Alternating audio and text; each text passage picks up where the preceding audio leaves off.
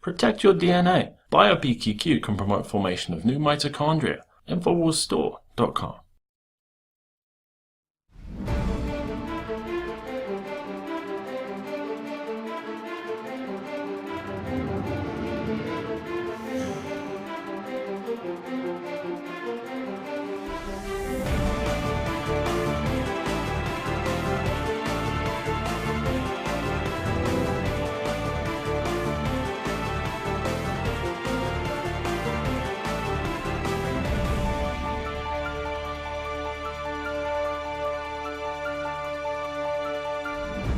It's Tuesday, May 8th, 2012.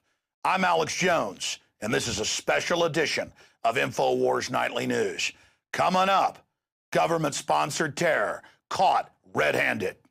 Tonight, the only eyewitness to Breitbart's death disappears. Following the suspected arsenic poisoning of a forensic technician in the Los Angeles County's coroner's office, the only eyewitness to Andrew Breitbart's death has now vanished.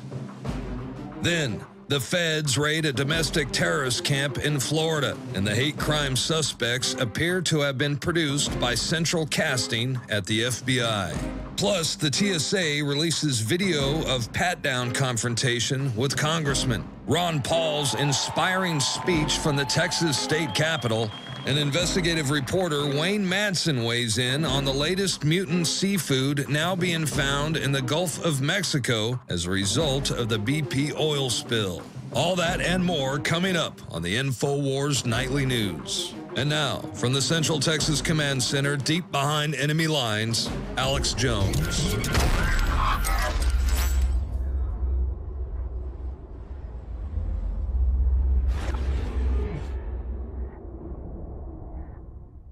Thank you for joining us. Tonight we have more confirmation on top of the mountain of evidence that most terror worldwide in the last 30 years or so has been provocateured or staged. Now, you know the Gulf of Tonkin was staged to get us into Vietnam in '64. That's been declassified. And Operation Ajax, the U.S. and British governments used radical Muslim extremists to overthrow the government of Iran while claiming they were actually fighting those groups. This is done over and over again. You know, Al-Qaeda and the Taliban was created by the CIA, working with the Pakistanis, the Israelis, and Brits. All of this is on record, but we learn it decades later. Back with the 7/7 bombings 6-7 years ago, it came out on Fox News. Look this up.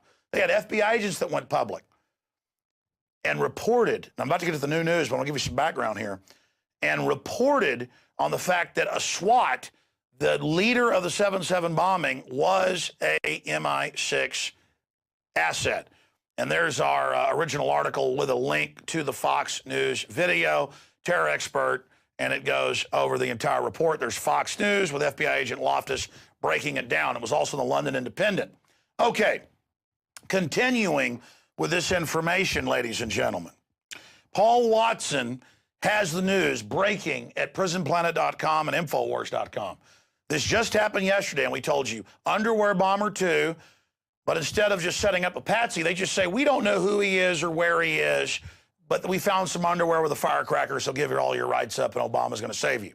Well, now, Al-Qaeda bomber was a CIA informant, prisonplanet.com. But wait, here's the Huffington Post and the Associated Press are reporting Al-Qaeda bomb plot, would-be bomber, was CIA informant.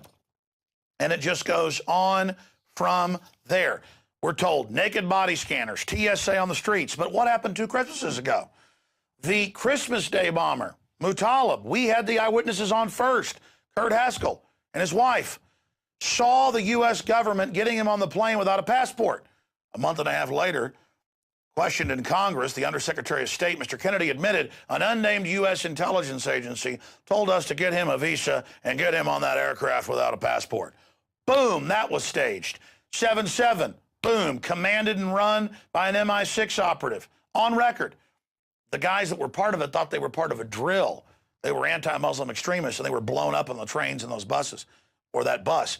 And the government was running a drill of the exact targets being attacked at the same time. That's Peter Powers, the head of Visor Consultancy, admitting that on ITN and BBC. Look it up. And it gets worse. 5 years ago, members of SAS assigned to MI6 in Iraq dressed up like Wahhabis killing Shiites to get sectarian warfare going on between the two groups. I could keep giving you examples. These aren't theories. These are facts. So now they just say, hey, we had a threat of a deadly firecracker, give all your rights up, but instead of having some drugged up patsy like Muttalib, drugged, rolling him onto the plane, who actually thinks he's part of Al-Qaeda, they just make up this new guy and say, oh my gosh, it's so sophisticated, it's so deadly, it's so evil. Of course, they were reporting yesterday, U.S. thinks underwear bomber built bomb with Al-Qaeda in Yemen. Oh my gosh. U.S. sends airport security guide to other countries. Yeah, buy the naked body scanners to keep you safe. The new domestic police state arms race. All of this, absolute pure bull. We never see modern cases of where these hyped up terror attacks weren't provocateur or purely, absolutely staged. We know that the so-called hijackers of 9/11 were trained at U.S. military bases. That was even in AP Newsweek. But we're supposed to ignore all that information. They were just people taking part in a drill, just like the 7/7 patsy. So here it is. AP, Al-Qaeda bomb plot, would-be bomber was CIA informant. Associated Press. Oh, but they say it was a double agent. Oh, that's how they spin it. Just like the troops have to grow the opium to fight Al-Qaeda in Afghanistan. And they got to rape children in Abu Ghraib in front of their parents to fight Al-Qaeda. Well, I mean, I'd be for Al-Qaeda above raping children. And, of course, Al-Qaeda's CIA, so that would be raping children anyway, so I wouldn't join that. I mean, this is staged. It's a global corporate empire who needs to act like it's under attack so it can take your liberties and give itself trillions of dollars in tax money a year, just in the U.S. alone, 3 or 4 trillion worldwide, in the name of keeping us safe. You know, the Olympics with missiles around it for Al-Qaeda's Air Force. This is a pipe dream. The globalists think you're so dumb. All their propaganda is designed for people not paying attention. Remember, Al-Qaeda flies its flag over Libya and is exterminating blacks by the tens of thousands right now. Totally racist. Remember, Al-Qaeda is being used to attack Syria. No fan of Assad, but compared to Al-Qaeda, he's a great guy. They're blowing up police stations and being called freedom fighters. It's in the news that Al-Qaeda is the good guy now, and we're supposed to segue to the domestic extremist. That is people that want liberty. Unbelievable information unfolding in front of us. But wait, a final piece of news in this spectrum of information we're breaking down here that's only the tip of the iceberg. You see, the regular teleprompter news is some bimbo reading off a teleprompter what the globalists wrote in the central CBS broadcast center for all the major networks by private PR firms and the CIA and foreign governments and others. Here, it's full spectrum analysis. And we're even taking mainstream news where they have to admit this stuff and laying it out to connect the dots for you. Here is the London Telegraph today. U.S. secretly releasing Taliban prisoners from Bagram Air Base.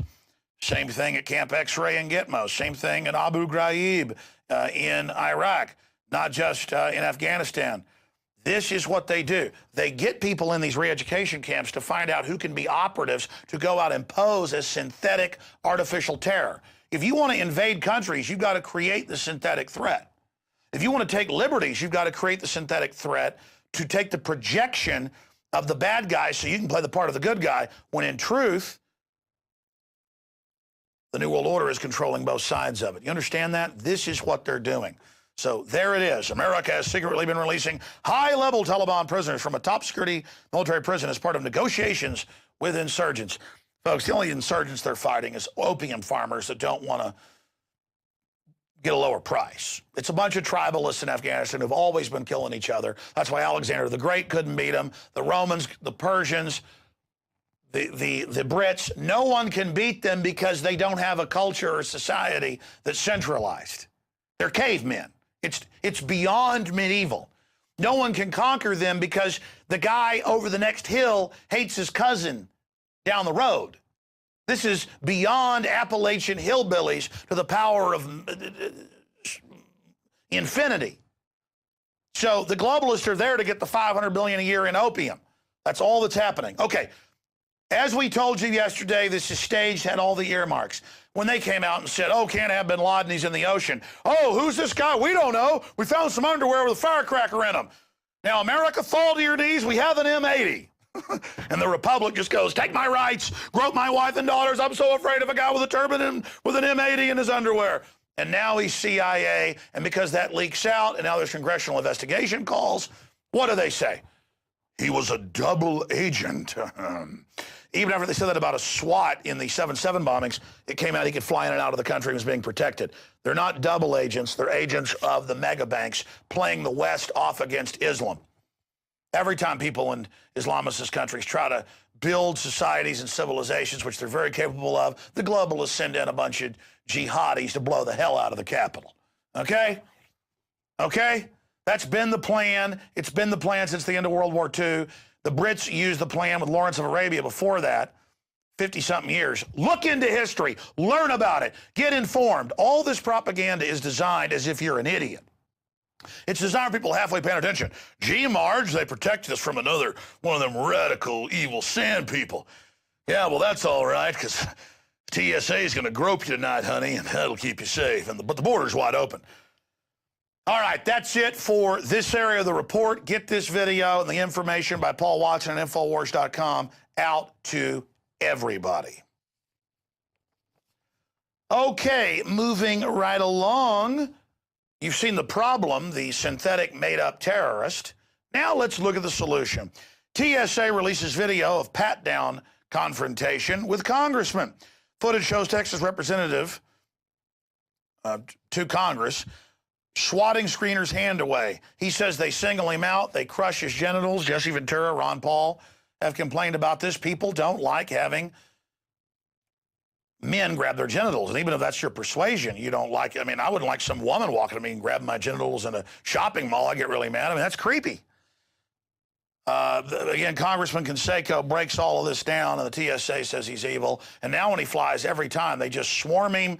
And in the news report that we have linked to the article, they admit now, and they show the surveillance footage. When he walks up, they swarm in, buck up, and they go, look, doesn't matter if you're elected. We rule here. This is our house. Freedom and the Republic ends when you enter the center of our web. So get ready, pal. You get ready, punk. All right, let's continue with the TSA. You've seen the problem. Now the reactions, police state. Diabetic girl, $10,000 insulin pump ruined by radiation from TSA body scanner. Why does the girl have diabetes? Well, she was probably fed sugar-filled formula at birth. Agents then demand pat-down, because they like it, to make sure the fruit juice insulin was not an explosive. All about training you that you're a criminal, that you're a prisoner, that you're evil. It's prisoner induction slave camp training. And finally, in the federal takeover news, because the TSA admits it's now in shopping malls, street corners, your genitals are theirs. I mean, it's just an act of submission. Imagine, the Nazis just wanted your papers. The TSA wants to grope your daughter's breast. They now have rap videos coming out where women have lesbian love together, and it's really sexy and fun. The TSA grabs you. It's fun. It's cool. This is the ultimate in trashiness. And this is being put out by rapper Sean Paul, just totally mindless for the totally dumbed down, brain dead population out there. Very disgusting article at Infowars.com. Rap video glorifies TSA groping is sexy pat-down fantasy. The headline I would have is rap video glorifies TSA sexual assault. And look at that supposed perv in the video getting off on the sexy model. And that's actually how they act. The TSA screener I had in Las Vegas was like smacking his lips and literally could not believe the power he was having, because he couldn't do this in a park. And there's guys that like to do that. He'd go to jail or people might shoot him. But here, hey, you want to get on your plane? Your testicles are mine. Land of the testicle squeeze, home of the coward, huh? I told you, the new American flag, I want our graphics guys to make it, is just, you've seen that weird thing where they have like chrome testicles hanging off cars now? We have that in Texas. I don't know if you've seen it, folks. It's like the weird long cowboy boots, but you just have that in the blue field and just a hand, and then the stripes are just TSA, TSA. Because, I mean, we ought to embrace our new country. Land of the pot-bellied pervert grabbing her wife and children. There you go. whatever their fancy is. They just, they like kids. They drag them out. The kids are crying. Get back, family. Get back. Get back. This is my, what was I told? This is my administrative privilege. When they tell Marcos, the Austin airport, they said, it's time for the pleasure, and pop the glove. You got to mix pleasure with business. Pop. They got the shows out telling you how great it is. There you go. Okay, enough of that brainwashing. Let's move on. You know, they're segueing us from Al-Qaeda, who openly works for the foreign banks, to the domestic extremists. So we'll get a bunch of unsavory idiots with tattoos on their faces who are probably all related to each other. The daughter's the mother there. And they're hiding out in a camp for the end of the world and the war with the Mexicans or whatever. And the feds swoop in and say they had rifles and were training for hand combat. They're terrorists. Away to the FEMA camp with them. I mean, look at that woman. She probably literally can count to 5. I'm sorry. Anyways, continuing here with the news. Don't worry though. It's in Florida, where they admit the leader of the white supremacist group as a federal agent, just like Hal Turner. The group figures prominently as a Homeland Security model for assessing U.S. domestic threats and is described by the ADL. That's Farhad Mossad as a racist skinhead group that is active in several states around the country. The Southern Poverty Law Centers actually led these groups along with the FBI. Maybe they could tell us. Oh, I told you for 10 years, Hal Turner, Sean Hannity's former producer, was a FBI agent. Good old Hal Turner. Of course, people hacked his email, and it was discovered he was a high-level national security asset. So then they burned him and put him in jail because he threatened state judges. And it came out, the feds came and defended him in court and said, he is one of our people. Didn't matter. They still sent him to jail for threatening judges. FBI operative Hal Turner says government urged him to make violent statements, and he has the documents to prove it. Hal Turner admits he worked for the FBI. Hal Turner paid by FBI to make racist, threatening comments, so they can then connect it to, hey, I don't want the UN taking my land. Well, you hate black people. Hey, I don't want to be under Agenda 21. Oh, you don't like Hispanics. Hey, I don't want government-run health care. What was the MSNBC talking point for years? If you don't like government-run health care written by insurance companies, then you are a racist. This is how they operate. So these guys were so stupid they didn't know that at any white supremacist camp, roughly, this come out in government documents, half the people are informants or agents, and they almost always lead them, just like in the Mexican supremacist groups, the black supremacist groups. But the difference is with the black supremacists there in Florida, it came out last month in the Trayvon Martin case. Oh, by the way, they're calling for now a big gun restriction with that and an end to concealed carry because the feds are moving to try to block states' funding if they go with that. So. But the point is, turn out the feds had people implanted with the black groups protesting, calling for violence, advocating it to get a race war going. Just like NBC edited the tape of Zimmerman saying he didn't like black people or whatever. Shifting gears away from that Fed patsy, they flushed down the old New World Order toiletto. Let's move now to Breitbart. If you can't kill somebody or put them in prison, well, you just suicide them, which is the next best thing to killing them, because you really did kill them and the sheeple don't know it. We have the coroner dead, and now we have the top witness to Breitbart's death vanishing. Only a day after the Los Angeles coroner released Breitbart's autopsy report, a photographic technician at the coroner's office died suddenly of suspicious causes. And it goes on to report that it looks like that he may have been the first person to actually see him at the scene. He died of natural causes, Bannon said. The family wants the matter put to rest. The World Net Daily is beginning to irritate me with suspicious foul play talk. After recruiting the assistance of private investigators, World Net Daily found that Lassiter, a 26-year-old witness who saw Breitbart drop dead, is no longer residing at his last known address in California. 3, Breitbart was walking down the apparent distress when he stepped to the curb and fell like a sack of potatoes, he said. He noted that Breitbart's skin color was bright red, which is not typically associated with heart attack victims. And of course, the report goes on, he had dinner with Bill Ayers a month before he died and said he had bombshell information about Obama at communist meetings. And of course, that footage was never released. Some mild garbage was of him endorsing some socialist. So there you go, ladies and gentlemen. But we're supposed to ignore that. And it's really gained steam. My idea a few weeks ago to occupy Bilderberg this year, peacefully draw media attention to what's happening, has picked up a lot of steam. Paul Watson has an article at Infowars.com. Occupy Bilderberg gathers steam. And it goes on, Alex Jones' call for InfoWarriors to occupy Bilderberg during the upcoming meeting in Chantilly, Virginia, is gathering steam, with activists heeding the call to protest the clandestine annual confab involving the globe's top power brokers. Big Facebook pages and others have been set up. Find out more at Infowars.com, and we will see you there to peacefully have thousands there to force mainstream globalist media to cover something they have denied existed. Great job to all the activists out there using startpage.com to Google Occupy Bilderberg. Okay, let me give you now the quote of the day by former president, the late President Harry S. Truman, who said the buck stops here. Well, he went on to say, all the president is a glorified public relations man who spends his time flattering, kissing, and kicking people to get them to do what they are supposed to do anyway. There you go. The buck does not stop with Obama and Air Force One. We're going to come back with an in-depth interview with Wayne Madsen on new Justice Department revelations of payoffs by Wall Street, Fast and Furious, dead zones in the Gulf, Air Force pilots refusing to fly, big scandals, important information, serious muckraking coming up. But first, I want to give you the speech that Ron Paul gave this Sunday at the Texas Capitol. Tomorrow night, we'll give you Rand Paul. Stay with us. It's Infowars Nightly News. There's one congressman in Washington whose refusal to compromise is legendary. My father, Ron Paul.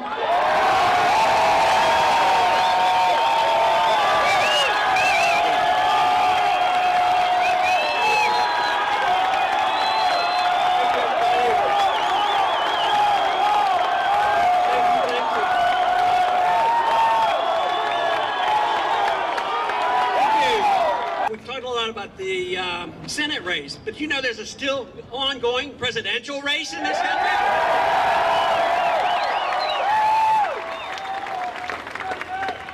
Matter of fact, we're still counting the votes. Matter of fact, we're just starting to count the delegates. And there's been many times that we've been written off, but on occasion now, almost like every day, there is another state that goes our way. Look, it may turn out that we will be the actual winners of Iowa.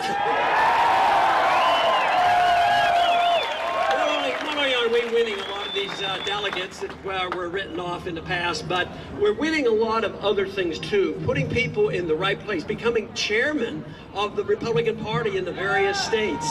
So the revolution is working. We have infiltrated the Republican Party, and we will convert the Republican Party to defenders of liberty.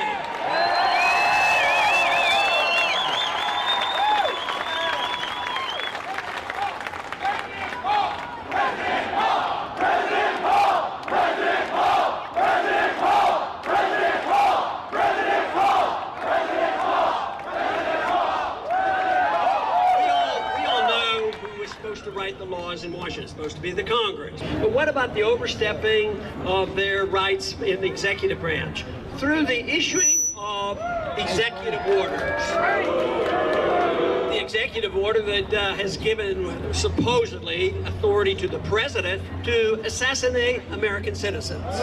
We need a constitutional president who will use the executive order in a proper manner to repeal all the executive orders that were misplaced.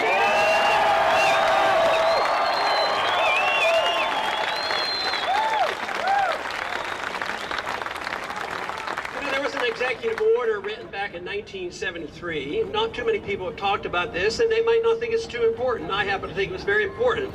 Unfortunately, or characteristically, maybe it was executed by a Republican president in 1973. And they established the DEA, the Drug Enforcement Agency. Now that is a totally unconstitutional vehicle for enforcing law. And just last week, I imagine many of you saw, there was a drug bust They don't know what they were doing. They were suspected of using something a lot safer than alcohol. But there was a SWAT team that went in and grabbed 7 young people on the campus of UC at San Diego. And they threw them all in jail, and then after they sorted out the paperwork, they released 6, and they just forgot about 1 person. And allowed this person to be in prison 5 days, no water, no food, and he was in critical condition, and he was in intensive care for 3 days, and he's going to survive. But then the question is, who's liable for that? Because there's a lawsuit filed, and I think a lawsuit is proper. And there should be a compensation. But I've always had a little trouble with those type of compensations being thrown back on the people. So why shouldn't it be, when people are acting outside the law, outside the Constitution, those individuals who committed those acts that were illegal, why shouldn't they be personally liable for the corruption?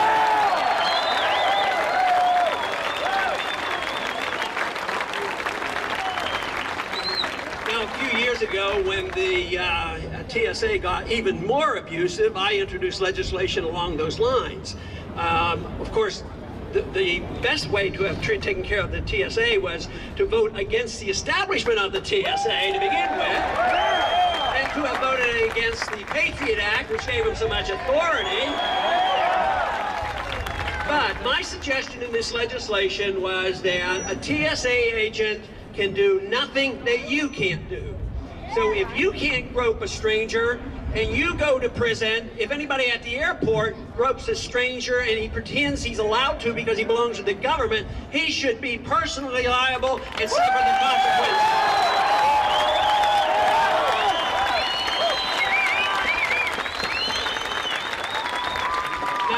It is a shame that our government here in Texas didn't stand up stronger against the TSA.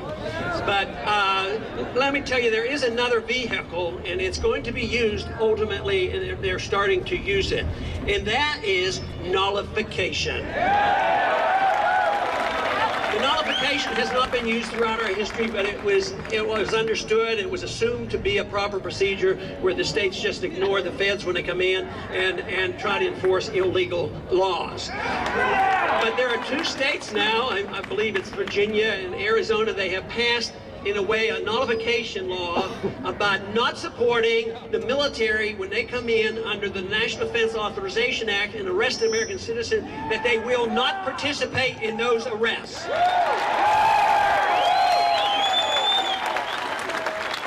course, there is still this danger of how many federal policemen are carrying guns now. Before the TSA, I had a number, it was close to 100,000, so it must be much bigger now.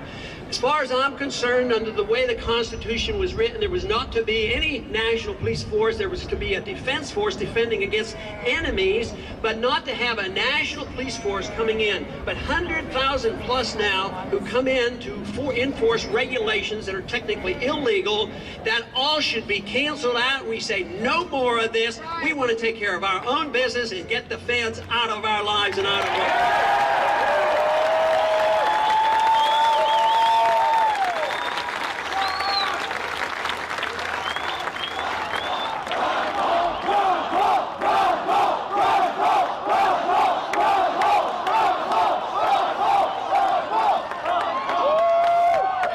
Everybody knows that we're in an economic crisis, a lot worse in other places than Texas. And one time a few months ago, somebody asked me in the media, they said, whom are you running against? And what one individual are you running against? I think they wanted me to say, you know, that 100% of our problems came from Obama, and I didn't yield to their temptation to say that, even though he's responsible for an awful lot of mess we have. No, I said, the one individual that I'm running against is Keynes. And some people understood it, and some people didn't understand it. But guess what? I'm getting to debate Keynes through his apostle, Paul Krugman.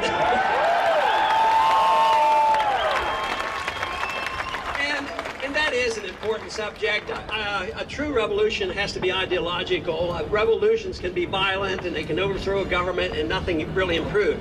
An ideologically positive revolution is what is necessary. And that's what we have going in this country. It is really very positive.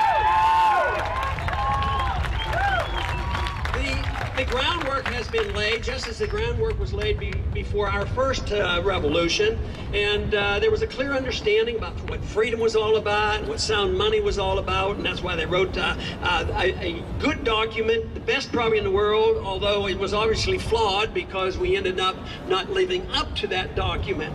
But at least there was an intellectual movement before that, as there has been now for several decades. But what I have noticed, since I've been involved in this since the 1970s, what I have noticed in the last 5 years, all of a sudden the revolution has gone mainstream. The people are waking up.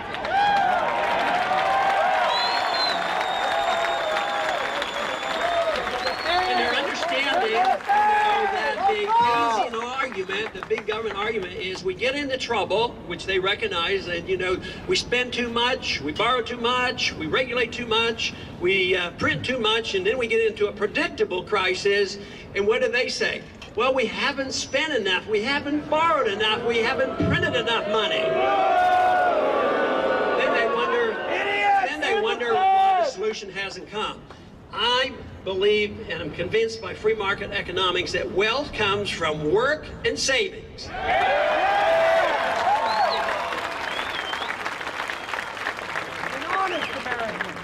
Therefore, you don't want the government to spend our resources, whether it's direct taxation or indirect through the dilution value of your money.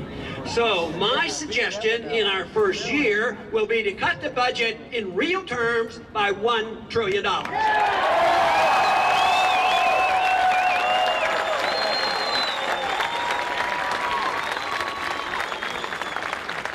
In some ways, I empathize a little bit with Paul Ryan because he is offering token cuts over the proposed increases over the next 10 years, and he gets nothing but grief that he's going to destroy everybody because he's made these cuts. But he hasn't really made any cuts. The budget is to go up about $10 trillion automatically over the next 10 years. So if you cut $2 trillion out of the proposed increase and you still spend an additional $8 trillion, there are no cuts whatsoever. So this is a pretense. So you have to cut. And you say, people get worried. Where are you going to cut $1 trillion?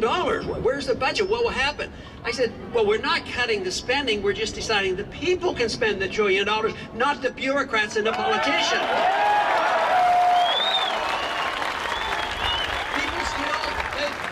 Still worry, and they believe that this will make our economy weaker if the government isn't spending this money. But that is not true, because obviously the people are going to spend their money more wisely. But in order to cut, I don't believe in this idea, although we talk about it and occasionally we have legislation that I give token support for, and that is get rid of waste, fraud, and abuse, as if it's the wastefulness of the government program. No, it's the government program per se. It's the taxing program of the government per se. It's the policy. It's the policy that has to change. This entitlement mentality and this foreign policy has to change. That's what we're doing. There's no reason in the world why we shouldn't be able to bring people together on foreign expenditures.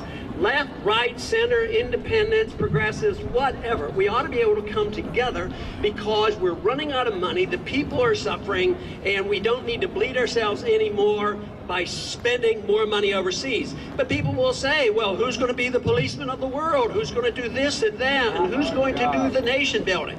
I would say, not the USA. We don't need this foreign policy that has been around for many, many years.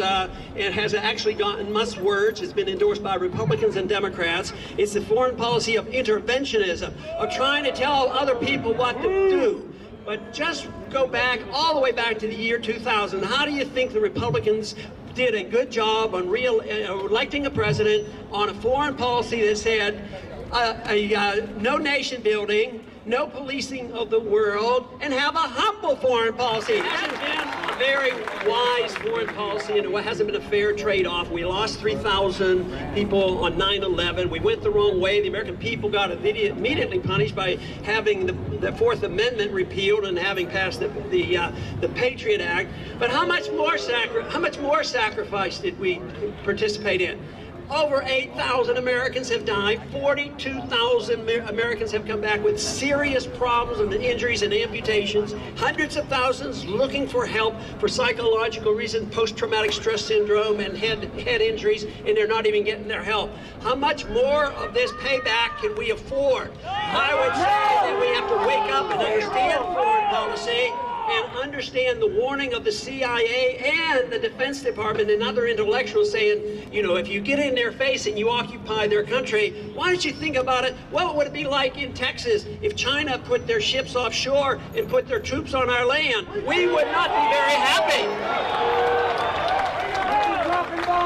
So this is a place where we ought to come together and join and stop spending. I don't happen to advocate cutting spending for children or adults. We've conditioned so many to be so dependent. It's a poor system. There's a much better way, but there's a way to wean ourselves off. But if we don't clean up this mess, if we don't cut real spending, if we don't restore sound money and free up the marketplace and come to a sensible agreement on foreign policy, this thing is going to end badly. The money is going to be destroyed, and that means high interest rates, higher cost of living, and everybody's going to suffer. There will be the more money you print to send it out to help people with medical care, the worse it will be. In the old days, they had gold and silver.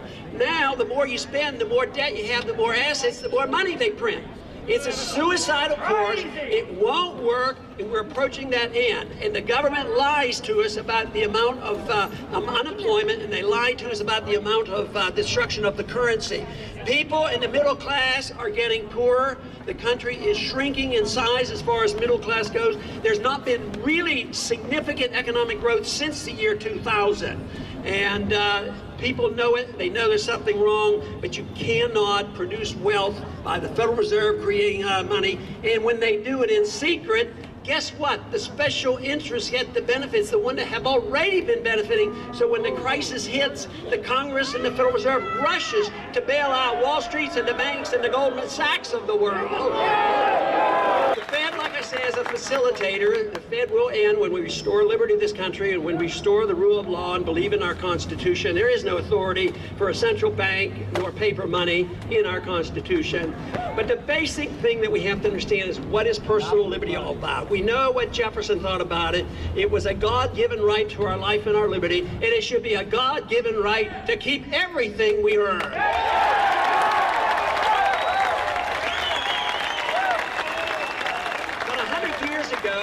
Approximately, freedom was chopped up into two pieces, and because it's divided, it gets whittled away, and that's why we're in this mess. But freedom for the individual means that you have personal liberty. You have your religious liberties, you have your intellectual liberties, but you also should have your liberties to run your personal lives as you want to run your personal lives. That is why you have to endorse this very, very extreme view, and I saw a sign here today, this extreme view that you ought to have the right to drink raw milk if you want.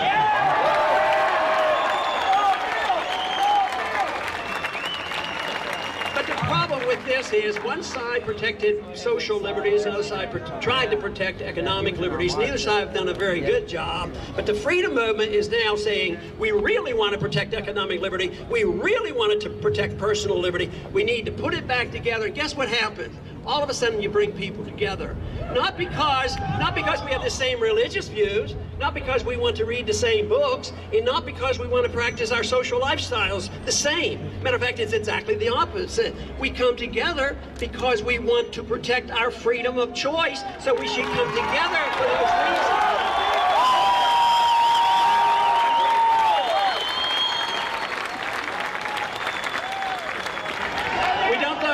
In November, but we do know what is happening in the country and how people are waking up and how many people now endorse the principles of liberty. And like I have said so many times, that, you know, an idea whose time has come cannot be stopped by armies or by the politicians.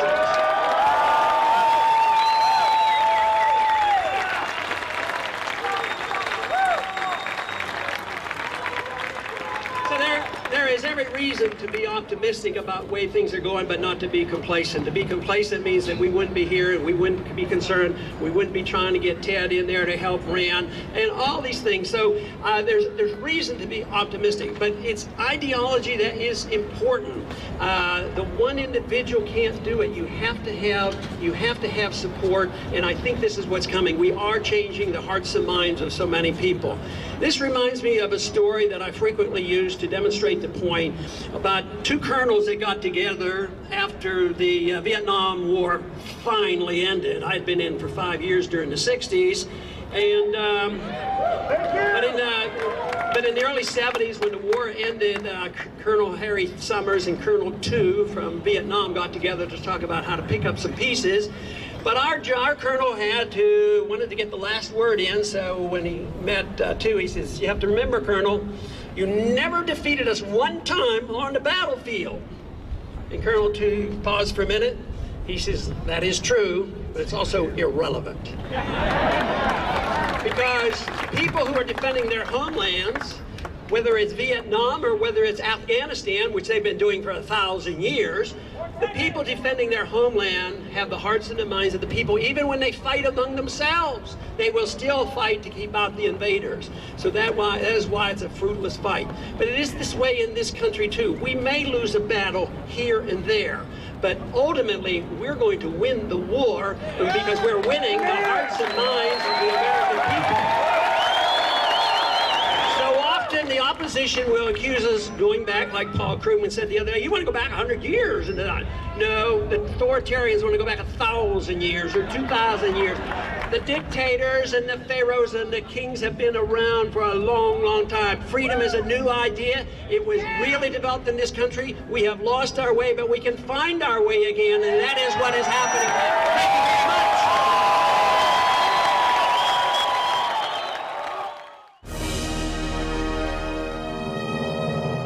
Have you been to InfoWarsShop.com lately?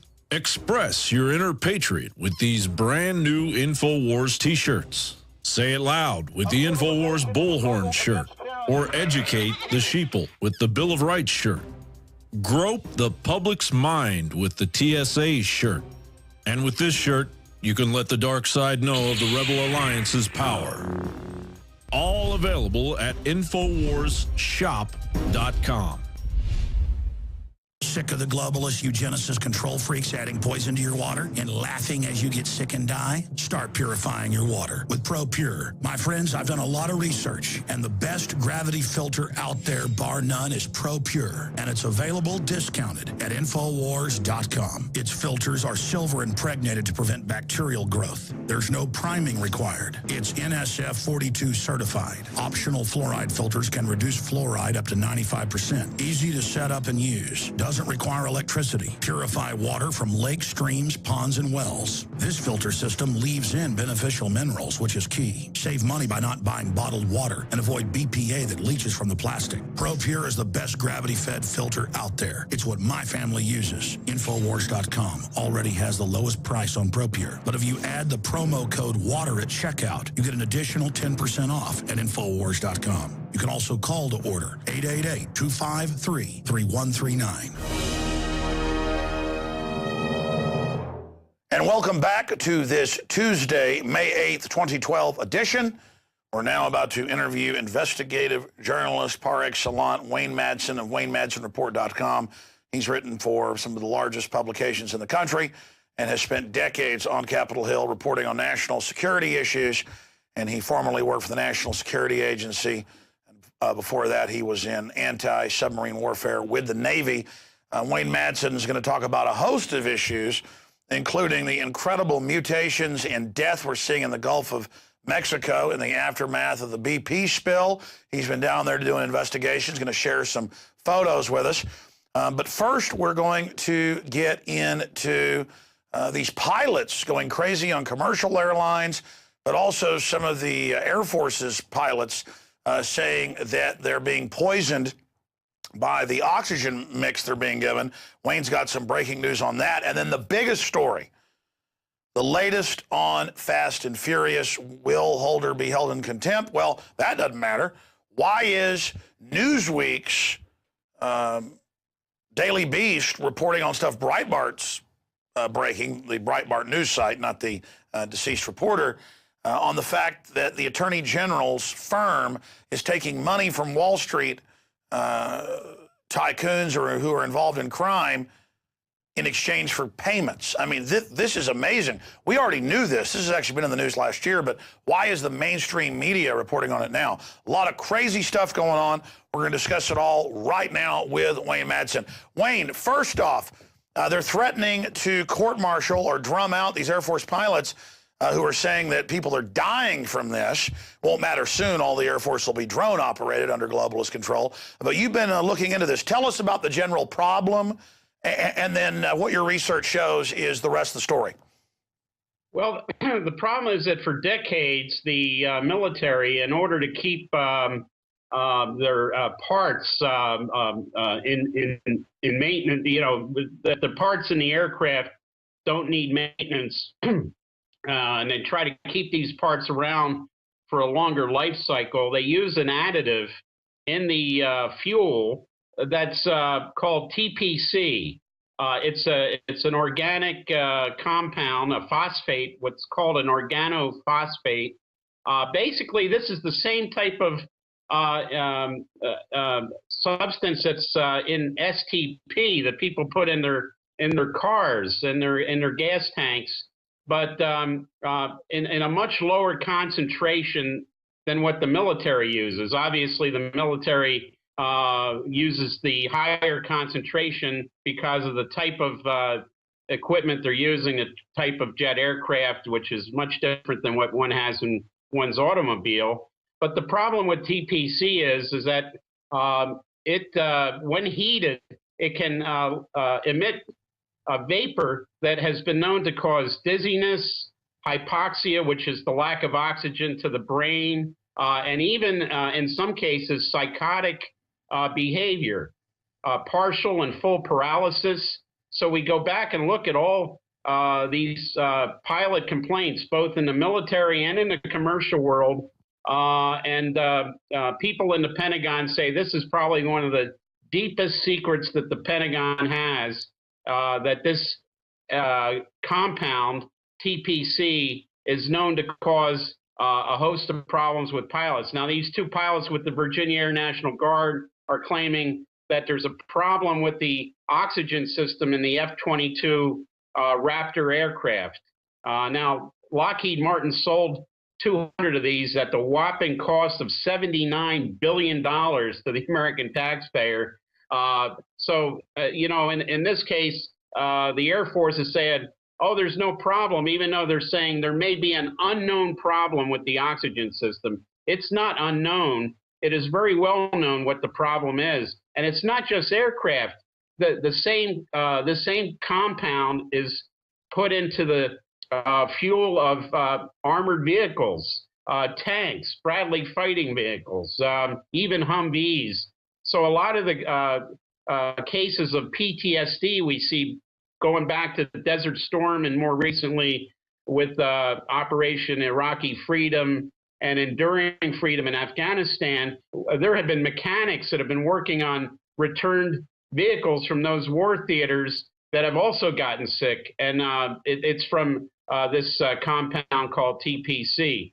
There's no replacement. There's no suitable replacement for this. So the Pentagon, as they always do, with their favorite contractors like Lockheed Martin and the Carlyle Group that owns United Defense, that produces some of these armored vehicles, it's total cover-up. They don't even want to say that the situation exists. And even this compound is used in the hydraulic fluid in elevators. So even elevator operators have known to have gotten sick from this particular compound. But when it comes to the Pentagon stepping up and stating that this is a problem, they don't want to do it for obvious reasons. They don't want problems with their contractors, and they don't want pilots to just say, hey, we're not going to fly these aircraft anymore. You could see not just in our Air Force, but Air Forces around the world use this compound. We could see a total stand down by pilots, both military and commercial, around the world if they actually knew what the effect of this particular compound is. Wayne, I mean, there's all sorts of cases of gases getting out of even commercial airlines and making people sick, or planes sitting on the tarmac for 5, 6, 7, 8 hours, not letting them, off of the aircraft. It's so archaic because I guess it's seen as special to get to fly. And so, the TSA can grab your genitals, and we'll make you sit on the tarmac. But I've seen cases of 12 hours or more, sometimes in over 100-degree heat, and you go to jail if you fight in a claustrophobic way to finally get off. Or a pilot flips out and does something crazy. And then I think of the sergeant who killed all the Iraqis, reportedly. They admit he was going to his 4th tour. He'd been in psychiatric care. He begged not to go. Doctors that have looked at it have said the regimen he was under, undoubtedly, he was on serotonin reuptake inhibitors. They report 110,000 active duty troops. More than 10% are on serotonin reuptake inhibitors. And I'm no rocket scientist, but I've interviewed the top doctors and psychologists involved.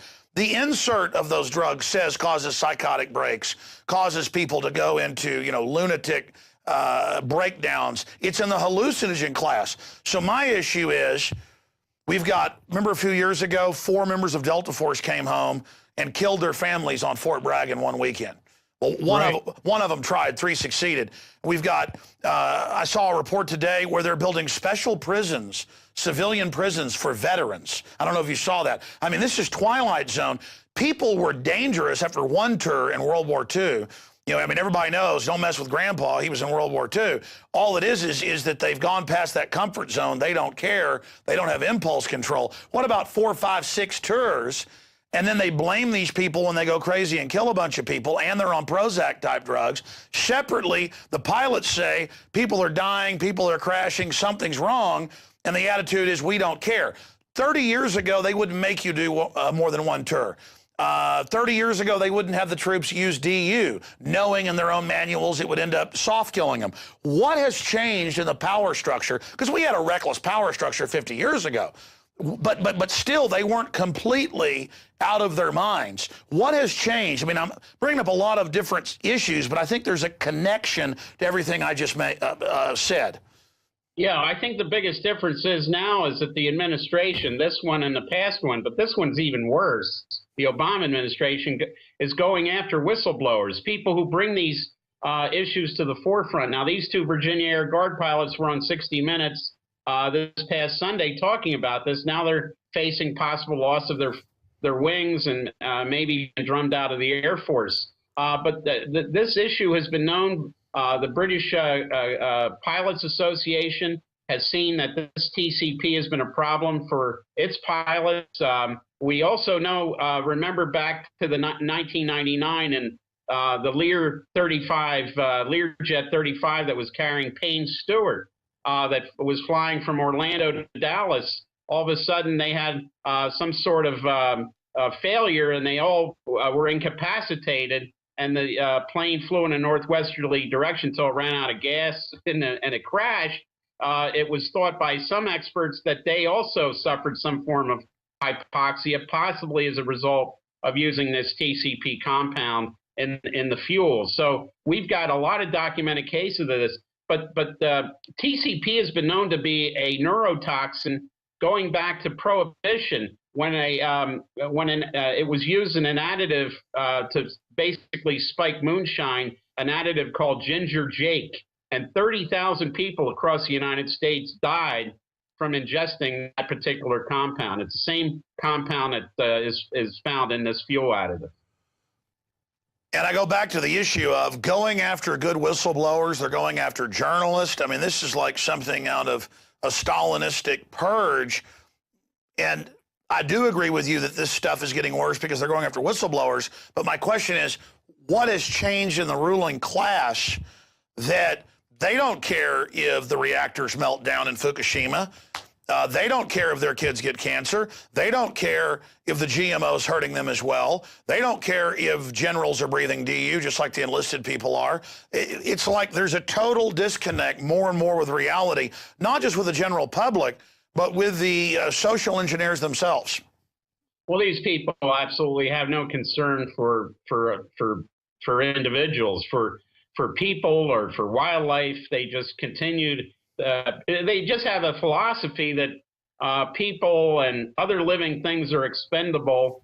But when it comes to them, of course, they live a very good life behind their gated communities and while they're on their yachts and whatnot. I think it's just I think it's just what we saw in France before the French Revolution. The French royal family had no idea how bad things were out in the outside the palace in Versailles, just like the Russian royal family had absolutely no clue as to how bad it was in the steppes of Russia. I think we have the same mentality here with the one percenters. They absolutely have no clue as to what the effect of their policies is. But melting down reactors, just because they have the FDA say it's safe now to have 1,000 times, this isotope or 200 and something times the other, just because they wave a magic wand doesn't make it okay. And just because they wave a magic wand and make people serve 5, 6, 7, 8, 9 tours,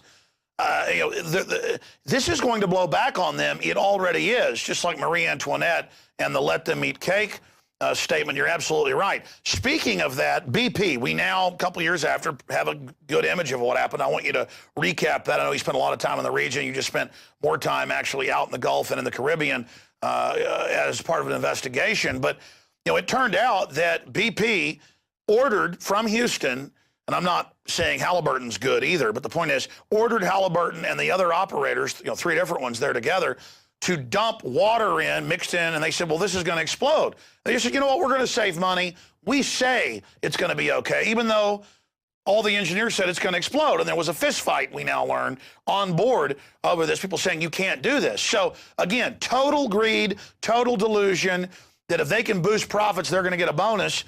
And then just push the oil to the bottom, use millions of gallons of core exit, lie about that, fishermen out of work, make them go work, breathing the stuff. I mean, it's so sick. And now it's even in mainstream news, but you got some of your own photos of the mutations and death in the Gulf of Mexico, but they're still serving this on tables out there. Break down your investigation. We'll be showing some of these photos that you took, and tell us where you took those. Yeah, I was down in Grand Isle, Louisiana, which was once a huge seafood processing town. 1 out of every 20 shrimp now being caught in the Gulf of Mexico have these grotesque-looking tumors on them. The tar balls are still washing ashore on the beach at Grand Isle. What BP does, though, at 3 o'clock every morning during the darkness, they bring these plows out on the beach, and they go down the 7 miles of beach at Grand Isle, and they till the sand. So what they're doing is blending the tar balls in with the sand. Now, I walked the beach, and I could just tell from walking on the sand that it felt oily. They also pick up all the dead marine mammals and fish and birds that wash ashore. So while I was down there, and while the mainstream media that was down there 2 years ago, they were up here yucking it up at the annual White House Correspondents' Dinner, you didn't see Brian Williams or Anderson Cooper or any of these clowns down in Grand Isle 2 years later. But the situation is now worse because the Corexit and the oil has now affected the food chain. It takes about 2 to 5 years for it to affect the food chain. Now we see the mutations in the shrimp and in the crabs and in the fish. Eyeless shrimp, these shrimp that I took pictures of with these huge tumors, and crabs born without claws, and fish with huge lesions on the side, on their sides. And so basically the seafood industry in Louisiana, which supplied most of the seafood to the rest of the country, is for all purposes dead and dying. BP is now offering settlements, including to one of the biggest seafood companies in Grand Isle, the Blanchard Seafood. They're only offering about $25 million, but this was worth much more. This is a third generation company, third generation of Cajuns, the people who live in that area. And all BP's interested in doing is paying out the least amount of money they can. Even some of the laboratory results, they've tested some of the seafood. and places like LSU and Tulane, but BP has apparently gotten to some of these universities with, grants, money. So you can't believe even some of the laboratory test results now. They're running ads up here in the North and in the Midwest saying, come on down to the Gulf, Florida, Mississippi, Alabama, Louisiana, the seafood's great, the beaches are fine. That's not the case. 2 years later, after the Deepwater Horizon, the situation is not the same, it's worse because of the food chain now being affected by the correction in the oil. And again, this ties into the scientist openly saying that if reactor 4 goes, which it looks like it may, it's leaning towards that. It's at Fukushima a year plus into this, it'll be 85 times the amount of radiation released from Chernobyl. And people are like, well, what's the big deal? Well, European countries and the UN predict or estimate around 1 million people have died since '86 from cancers and other complications from that. Folks don't know, a hydrogen bomb or a bomb, the precursor, most of its radiation is dissipated, but it's still very serious. But with reactors, this is the dirtiest form, and it's just belching this stuff coming across the winds that blow directly onto North America, and their answer at the EPA and FDA is just say, hey, the radiation's okay. It's the same thing with BP. And these guys didn't even get in trouble. And it just shows the fact that they're totally disconnected from reality. Pre-2000, in America, we'd never put up with the TSA and all this. We put up with that. Now they've got Army reports out, training manuals. I want to get your take on this. Admitting, yeah, we're preparing for re-education camps in America, and even use the word re-education and taking the political dissonance there and how to gag them and how to do all this stuff. I mean, it just gets more and more. I call it the twilight zoning of America. Yeah. And the problem with the Justice Department is that they're charging this guy, Mr. Mix, for BP. He was a BP engineer with deleting some text messages and emails to his superiors where he was stating, look, there's much more oil coming out into the Gulf than what we're admitting to. And he deleted those, but who ordered him to delete those emails and text messages? So here we go. Now, in the past, they'll try to go after the low guy to try to flip him to go after the higher ups. But I've seen nothing from this Justice Department that indicates that's their strategy. It's a good prosecutorial strategy to do it, but we know that this Justice Department under Eric Holder is totally run by the oligarchs and the corporations and the vested interests. And I would be very, very surprised if we're going to see them, the Justice Department, try to flip Mr. Mix against people like Tony Hayward, who was, of course, down here saying he wanted to get his life back, when now everybody in the Gulf, their life is ruined. Let's shift gears into the Justice Department. Is the Justice Department more corrupt now than all the other famous corrupt ones?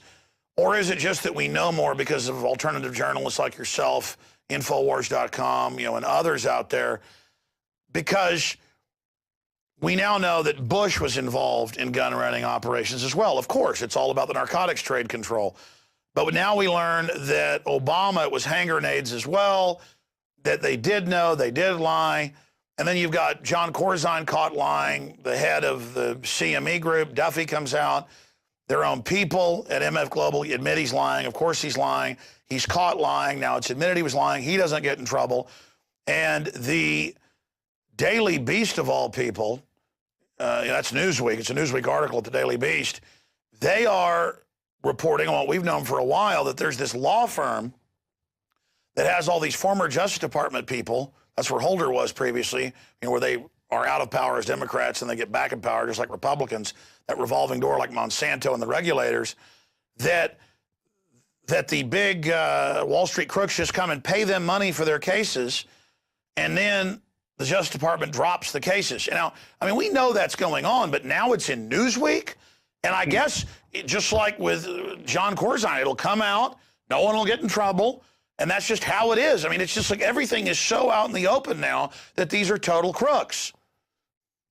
Well, I think the big difference, during Watergate, of course, the media did go after people like John Mitchell, but compared to Eric Holder, John Mitchell's starting to look more like Oliver Wendell Holmes every day. But the journalists back then were a lot more aggressive. They also had people who were willing to leak out of the Justice Department. But with this current fear factor in Washington, every journalist will tell you here now that their sources are drying up left and right. My sources don't want to talk to me anymore. You got Jim Risen from the New York Times now facing a subpoena that the government kept alive after it was quashed in federal court. The Holder's Justice Department appealed it, and oral arguments begin in Richmond on May 18th. So you've got these efforts by the Justice Department to go after whistleblowers, charging with violation of everything from the Espionage Act to all kinds of other laws, and active going after journalists, wiretapping them, threatening them with subpoenas before grand juries. That's what's different today. We didn't, maybe Nixon he thought about going after people like the New York Times and others back then, but he never really followed through because the system, as we heard, somewhat worked back then. And you should see the media circle the wagons against Obama doing this. This is unprecedented. But instead, they're like, yeah, get him. I mean, it's fun to be part of the gang against the First Amendment. Let me ask you about this. What do you think about Breitbart's death? Now one of the coroners is dead. The key witness, the only person to see him die, has now disappeared. We know that it was going to be Bill Ayers info he was going to release, not the stuff they later released, tying into the re-education camp stuff. I mean, what's your investigation? I have investigated so many suspicious deaths here in Washington and elsewhere. My default reaction is not to believe anything the authorities or the medical examiners say. I've seen so many where they've covered things up, and they created this situation where people are, I think they're justifiably skeptical every time they see a spate of people, dying under suspicious circumstances. And again, I like to see what independently will come out in this. I'm certainly not going to believe anything out of the LA Medical Examiner's Office because they have a pretty sorry track record when it comes to investigating deaths, including Marilyn Monroe and Bobby Kennedy, going back that far. Sure, but I mean, for me, the telltale sign is within 2 hours. It was about actually an hour and 45 minutes. Within an hour and 45 minutes of Breitbart falling down the street and being taken to the hospital, they were saying, natural causes, nothing to see here, move along. Before they even said heart attack, it was just natural causes. Yeah. When I see that out of the gates, that's when I get really suspicious. Well, I mean, look at, everything from Dr. Bruce Ivins up at Fort Detrick, there's all these convenient suicides also. The guy who committed suicide, he was depressed. When in fact, when you check these things out, these people had no motive to commit suicide. And like I say, I've dealt with dozens and dozens of these investigations. One is getting back to the original story, and I haven't written this yet, but I've heard it from some sources that John Wheeler, remember the former assistant to the Air Force Secretary that was found in a trash dump up in Wilmington, Delaware on New Year's Day. Yeah, and he was seen desperately without his shoes, but in a sports jacket coming in on surveillance cameras. Yeah, and he was acting disoriented, just like some pilots were acting disoriented after coming out of the cockpits being exposed to TCP. I've had a few people tell me that what he was getting ready to break was the TCP story, and somebody may have silenced him, because just think of the billions and billions of dollars in defense contracts that ride on this particular fuel additive. I'm still looking into that, but I have heard that from a few people on the inside. Hey, let's go back to the anthrax, Patsy, and then finish up with the latest underwear bomb threat that they've manufactured. For those that don't remember, they had 3 different Patsies they said had done the anthrax. And they said it was made in a bathtub or a bucket and it wasn't weaponized. Turned out most weaponized, U.S. government strain, miniaturized, all the rest of this stuff. And we ended up learning the name of the Israeli-connected guy who's the main suspect who'd been in and out to get it. They grabbed the fourth patsy. They take him to a government facility, and while in a solitary confinement area as a suspect at a mental institution, he takes medical Tylenol and kills himself. Yeah. Now, so I guess they finally got a patsy that they could pin it on by killing him. I want you to comment on that, Ivans, but then I want to move forward. Because we had our listeners, Kurt Haskell and others, on the plane, seeing the U.S. government get Muttalib, the underwear bomber, 2 Christmases ago on the plane, because it later came out that he was correct that the U.S. government had done that on C-SPAN and congressional testimony, Undersecretary of State. Now they don't even have a patsy. They just say, we found some underwear with a firecracker. We saved you. More intrusive screenings coming. Give your money to Chertoff and the scanner company. We don't know where he is or what's going on, but there's a guy out there. Thank God the CIA saved us. I mean, this is getting so ridiculous. Well, they say they uncovered the plot in Yemen and the FBI is investigating. When it comes to the CIA and FBI, I don't think we've seen a comedy team like that since Abbott and Costello and Laurel and Hardy. I mean, this just defies logic.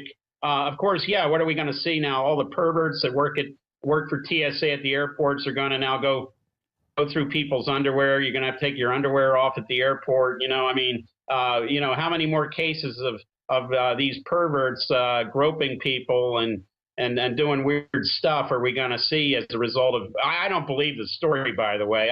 I think they're every time we hear Al Qaeda last week we're told Al Qaeda was out of business for all intents and purposes, and now we're told no, they're producing these more high tech means to commit terrorist attacks. I mean, this is the inmates are really truly running the asylum here.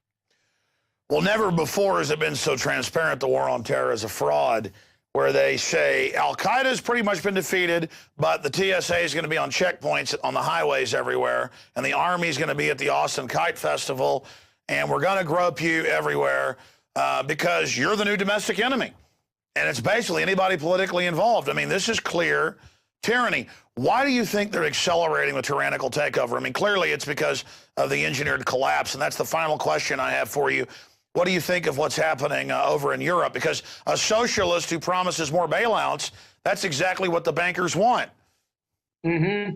Yeah, well, we see what happened in France with Francois Hollande. He's already backpedaling now on these anti-austerity measures he was talking about during the campaign. But what's more interesting is what's happening in Greece, where the left party, where the guy is an admirer of Hugo Chavez, says we're going to tear up this austerity agreement with the bankers. And I think we're going to see more and more like that. We saw Italian local elections. Same thing, the left coming on very strong. Berlusconi's party is basically gone. And you've got this technocrat banker prime minister who sees the writing on the wall. When Italy has national elections, we could see somebody just like in Greece come. Well, look at Monti. I mean, the ECB just installed Monti. I mean, that's world government by Goldman Sachs right there. Yeah, and also the guy in Greece was installed by the bankers.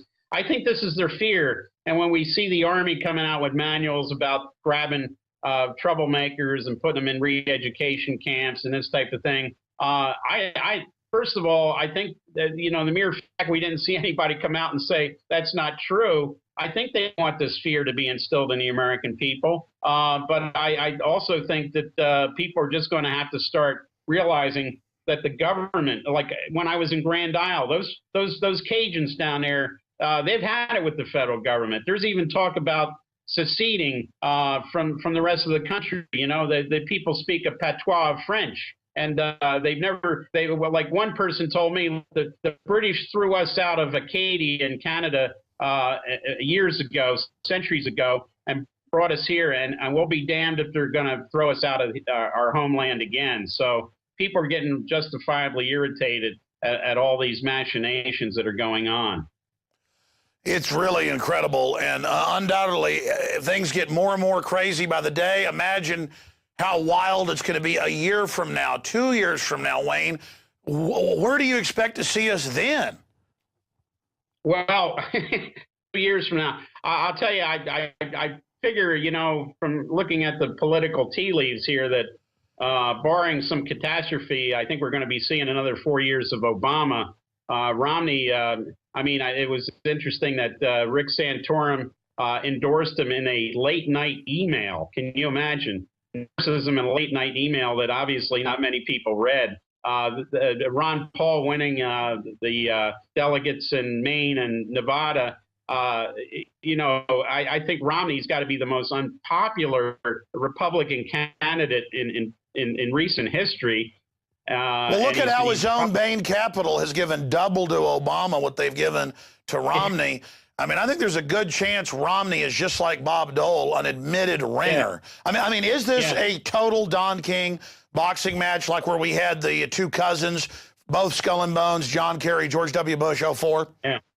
Yeah, and look, even George Soros said, look, Romney, Obama, they're about the same. So this is what you get from the 1%. I think Romney's just in there as a placeholder to give us the illusion we have a choice.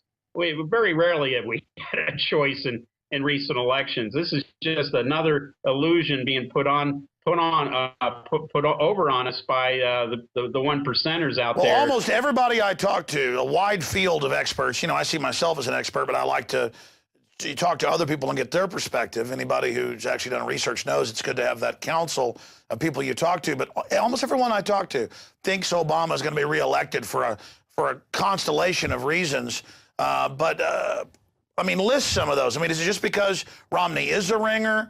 Is it because he can't fire up the conservative base because he is basically a Republican version of banker man Obama? Or is it election fraud? What is it? Well, I think a lot of it has to do with the fact that it's the power of the incumbency. It's really hard to knock off an incumbent president.